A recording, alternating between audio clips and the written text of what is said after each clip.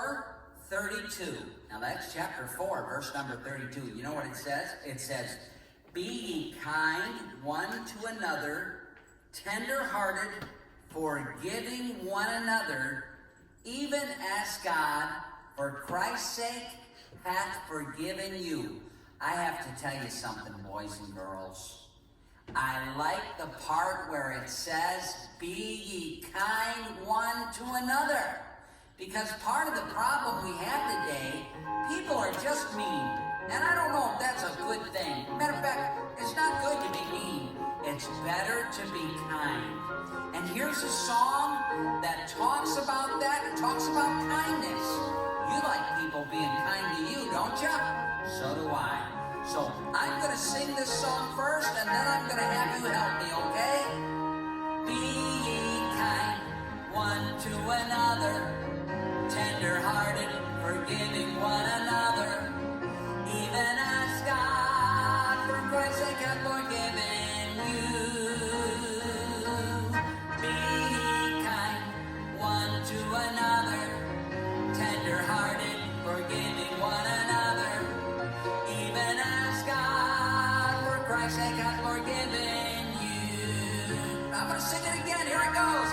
Be kind one to another, tender-hearted, forgiving one another, even as God, for Christ's sake, hath forgiven you.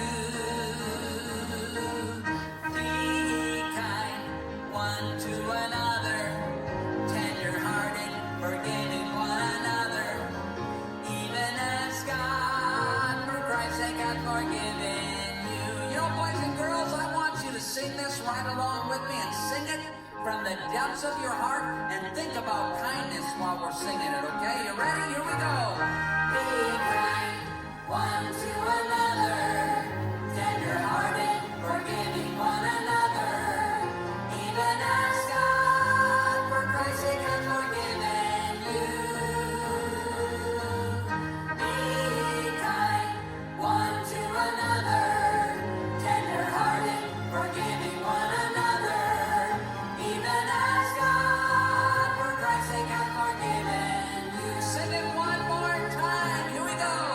Be kind one to another, tender-hearted, forgiving one another, even as God, for Christ's sake, hath forgiven you.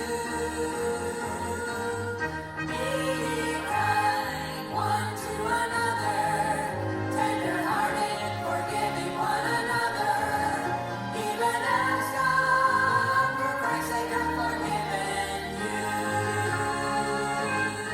Good job, boys and girls. Hey, boys and girls, I'm Jackson, and I'm so excited to see each of you here this week. Last week, we talked about Joseph having two strange dreams and being able to interpret them, and how Joseph's brothers sold him into slavery, and how he served Potiphar, and then was sent to jail for something he didn't do. This week, we're going to head back to see him so he can tell us all about how he got out of jail and what happened to him in Egypt once he was released. Let's go see Joseph. Welcome back, Jackson. How are you doing this week? Wonderful, Mr. Joseph. How are you doing? Very good. Are you ready to hear more about how God used me to interpret the Pharaoh's dream and got me out of prison? Yes, sir. I'm still practicing on my funny voices, though, that I make. And maybe that's my gift. But let me think about it. Listen to this one. Woo-hoo-hoo-hoo-hoo. Well, while you think about it, what if I go ahead and tell you the rest of my story? Sure, that's a great idea. And maybe God will give me another talent by the end of our lesson. Sure, Jackson. Do you remember where we left off last week? Yeah, last week I think we left off, you were trying to get out of jail. And something about interpreting Pharaoh's dreams. That's right. Why were his dreams so hard for everyone to interpret? Was it about massive dinosaurs drinking tea with princesses on a boat in the middle of a lava field? No, nothing like that. Well, then what was it? In Pharaoh's first dream, he was standing before the Nile River and he saw 7 handsome cows coming up out of the river, and they were eating behind the reeds along the riverbed. Then 7 ugly cows came up out of the river and ate the handsome cows. Oh, wow, that is a strange dream. It definitely was. And the strange dreams didn't stop there. After Pharaoh's first dream, he fell asleep and he had another dream. He went back to sleep. Man, he's braver than I am. If I saw something like that, I probably couldn't fall back to sleep for a week. After he fell back to sleep, he had another dream. Another dream. Hopefully this one was better. Maybe he dreamed about eating chocolate chip cookies and drinking warm glasses of milk. Not quite. This time he saw 7 crops of grain growing to be strong and healthy, and then 7 unhealthy heads of crops of grain appeared and swallowed up the healthy grains. What? When did plants start to eat each other? It sounds like one of those scary movies that I'm not allowed to watch. These dreams frightened Pharaoh, and he tried every way he knew how to try to interpret the dreams. He tried everyone from his personal wise men to magicians, and no one could tell him the meaning of the dreams. Oh, wow. So my crazy sounds wouldn't have helped him feel any better at all. I think I'm starting to see what you mean about what type of talent is a true spiritual gift. That's wonderful, Jackson. What do you think your gift is?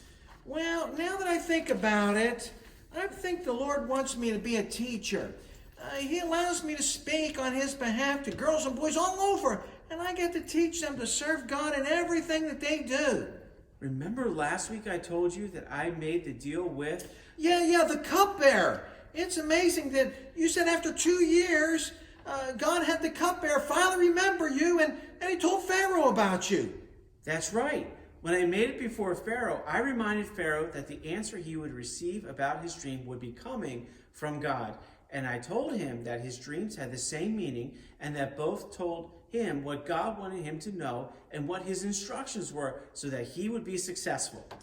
Well, how can the dream about cows and the dream about grains have the same meaning? Both dreams represented that God would allow Egypt 7 years of good crops and food, and then 7 years of famine would follow. He had 2 dreams back to back because God was going to do this soon. Because of my predictions, Pharaoh decided to appoint someone to be over the food supply in Egypt so they would be prepared for the famine. Well, I'm glad you made it out of jail, but wait, I remember 2 dreams from last week that we haven't seen come true yet. And what were they about, Jackson? You know, the ones you had about your brothers bowing down to you and your mom and dad, and they got so mad at you, and I think that dream, did it come to pass or not? Well, you remember how I said that someone was put in charge of the food supply? Yes. That was me, which meant that my family relied on me to come buy food during the famine. What? I bet I know what you did next. I mean, I know what I would have done to my brothers. If they'd have come begging for food after they threw me in a pit and sold me out, I would have said, no, I'm not going to do that. Have a nice life. Well, that's not very merciful, Jackson. Well, I told you that my gift is teaching, not having mercy, Mr. Joseph. I see. Well, I can't see how you could forgive them without any punishment. Well, I didn't say I didn't pull a slight prank on them since they didn't recognize me. The first time I provided them with food, and I even returned the money that they tried to pay me with. Then I told them if they didn't bring the youngest brother back with them, then they would not be allowed to see me again. And when they came back the second time, did they bring your young brother? They did, and the second time I fed them a meal, but when they left, I put a silver cup in the youngest brother's sack, and I set my men after them to take the youngest brother captive. Finally, some revenge. Well, I didn't want revenge. I just wanted to see my father. Once the men had captured my youngest brother, my other brothers came to beg for his life. They admitted that they had treated me poorly and that they would do anything to protect this younger brother because of their past sins. They were willing to give their own lives in place of him. I then knew they were sorry for what they had done to me. Well, that sounds a lot like Jesus, what he does for us before God when we ask for forgiveness of our sins. Exactly like that. When we accept Jesus into our lives, he stands before the throne of God and takes our sins on him and pleads for the Father to forgive us. And God allows him to do that so that we can live with him in heaven forever. Exactly.